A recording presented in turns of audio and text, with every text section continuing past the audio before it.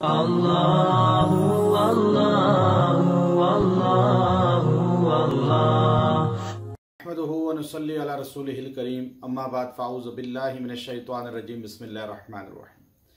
आज रमज़ानुल मुबारक की तरावी में हमने पहला पारा पढ़ा और आप अहबाब ने सुना, और अपने इस यूट्यूब चैनल से इंशाअल्लाह आपको पूरा महीना 30 पारों की तफसीर मुख्तसरन इंशाअल्लाह बतलाई जाएगी।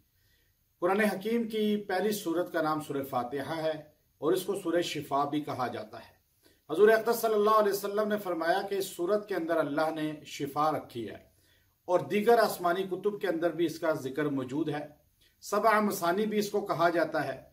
और हजूर अलैहिस्सलाम के सहाबा की एक जमात गई तो एक सरदार को सांप ने डस लिया था। इमाम बुखारी रहमतुल्लाह अलैह ने इस वाक़े को नकल फरमाया। तो सहाबा की जमात ने उस काफिले में जब शामिल थे तो उन लोगों ने गुजारिश की कि कोई ऐसा है जो सांप के डसे का इलाज कर सकता हो। तो अमीर काफिला ने उस पर इस सूरत का दम किया। अल्लाह तबारक व तआला ने उसको शिफा अता फरमाई। तो आप सल्लल्लाहु अलैहि वसल्लम ने पूछा कि उन्होंने तुम्हें जो हदिया दिया, बकरियां दी, तो तुमने क्या पढ़ा था उस पर? तो सहाबी ने कहा, या रसूलल्लाह, सूरह शिफा सूरह फातिहा तिलावत की थी।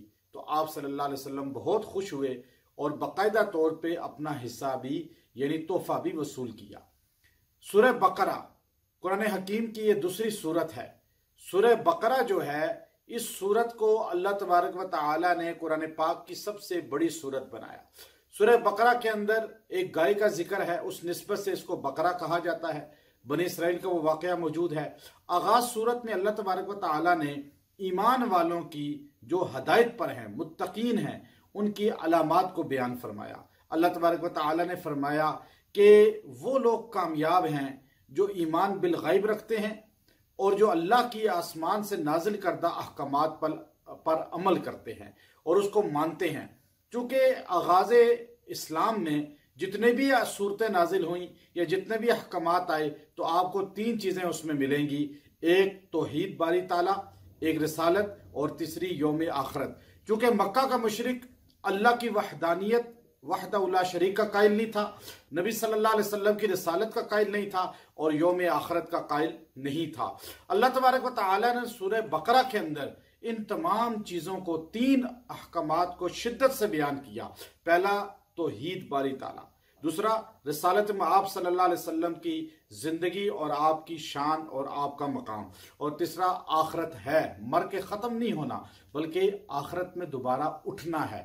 अल्लाह रब्बुल इज़्ज़त ने शुरू में आगाज में मुनाफिकीन का भी जिक्र किया, और मुनाफिक जो है उसको कहा जाता है जो दिल में कुछ रखता हो, जबान से कुछ कहता हो। यानी ज़ाहिरी हजूर के पास आके कहते थे हम आप में से हैं, लेकिन जब तखलिया होता, घर जाते, दोस्तों के पास जाते तो उनसे कहते हम तो मजाक कर रहे हैं, इस्तेहजा कर रहे हैं। तो अल्लाह ने फरमाया ये मुनाफिक जो है, ये इसकी बड़ी अलामत है कि ये सहाबा की मजलिस में कुछ होता है, अपने साथियों में जाके कुछ होता है। हमारे लोग जो जब मस्जिद आते हैं तो वो मोमिन बन जाते हैं, टोपी सर पे रख लेते हैं, और जब उस माहौल में जाते हैं जहां शादियां, ब्याह, नाच गाना और दुनियादार तबका, तो वहां बदल जाते हैं। अब ये बदलना जो है ये निफाक की निशानी है।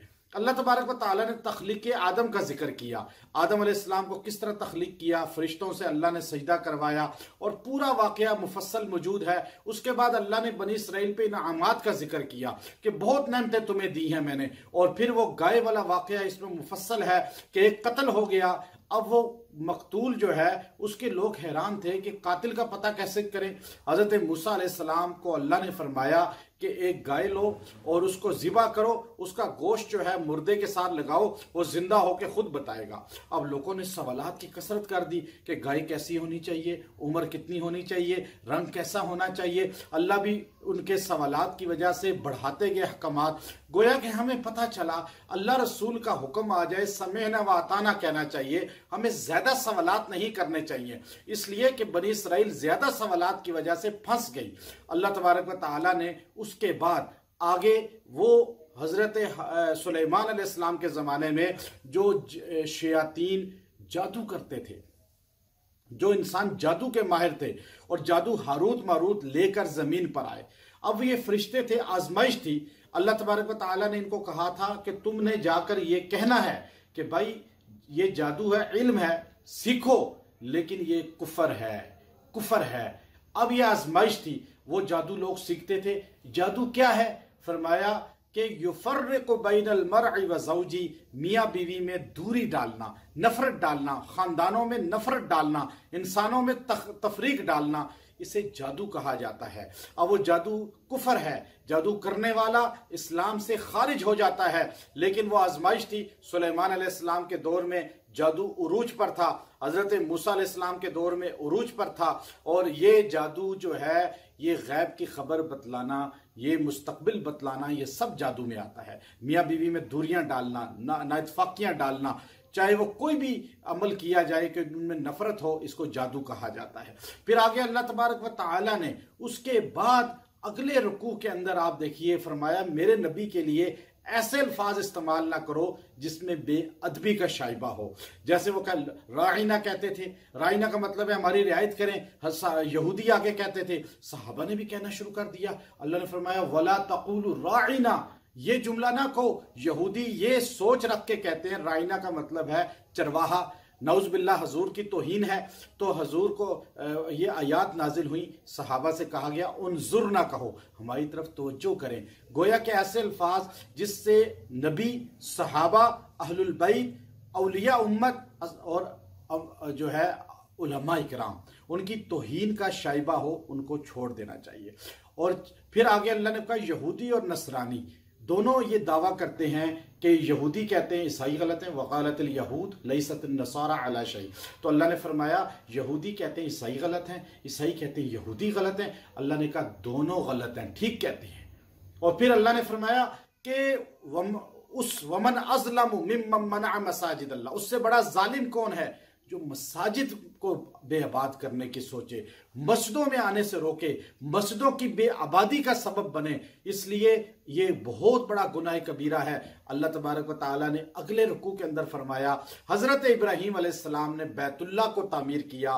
बैतुल्लाह को तामीर करने के बाद इब्राहीम अलैहिस्सलाम अल्लाह की बारगाह में हाथ उठाकर एकदम दुआ करने लगे, रब्बना वबअस फीहिम रसूलम, ऐ अल्लाह एक रसूल भेज जो काबे को आबाद करे। मैंने तो बना दिया, मस्जिद बना देना और एक चीज है आबाद करना, दूसरी चीज है।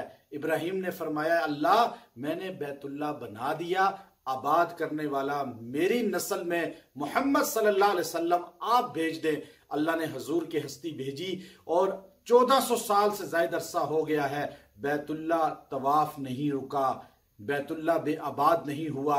अल्लाह ने उसको क़यामत तक आबादी का जरिया बना दिया। आखिरी रुकू पहले पारे का अल्लाह तबारक व तआला फरमाते हैं कि आप पूछे अम कुंतुम शुहदा इज़ हज़रा याकूब अल मौत। अब याकूब अलैहिस्सलाम जब बनी इसराइल जिनसे निकली, बनी इसराइल याकूब अलैहिस्सलाम को कहा जाता है, और याकूब अलैहिस्सलाम हजरत इब्राहीम अलैहिस्सलाम के पोते हैं। और वो इंतकाल के वक़्त अपने बेटों से कह रहे हैं अम कुंतुम शुहदा इज़ हज़रा याकूब अल मौत इज़ क़ाल लिबनीहि मा तअबुदून मिन बादी, मेरे बच्चों मेरे बाद किसकी इबादत करोगे?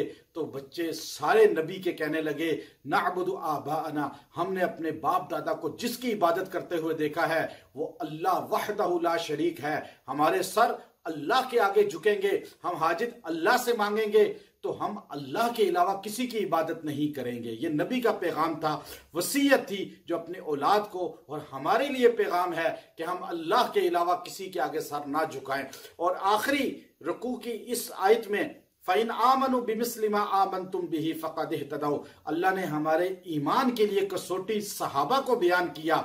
अल्लाह ने फरमाया ए मुहद्दिसीन, ए मुफस्सिरीन, ए उम्मत मुहम्मदिया के लोगों, ए क़यामत तक आने वाले इंसानों, चाहे वो किसी भी जमाने के हो, तुम अगर ईमान लाना चाहते हो फ़इन आमनु बिमिस्लि मा आमनतुम बिही, तुम सहाबा जैसा ईमान ले आओ। अबू बकर, उमर, उस्मान, अली, हसन, हुसैन, मुआविया और दीगर सहाबा रिज़वानुल्लाह अजमईन की तरह तुम्हारा ईमान होगा, क़यामत के दिन तुम पास हो जाओगे।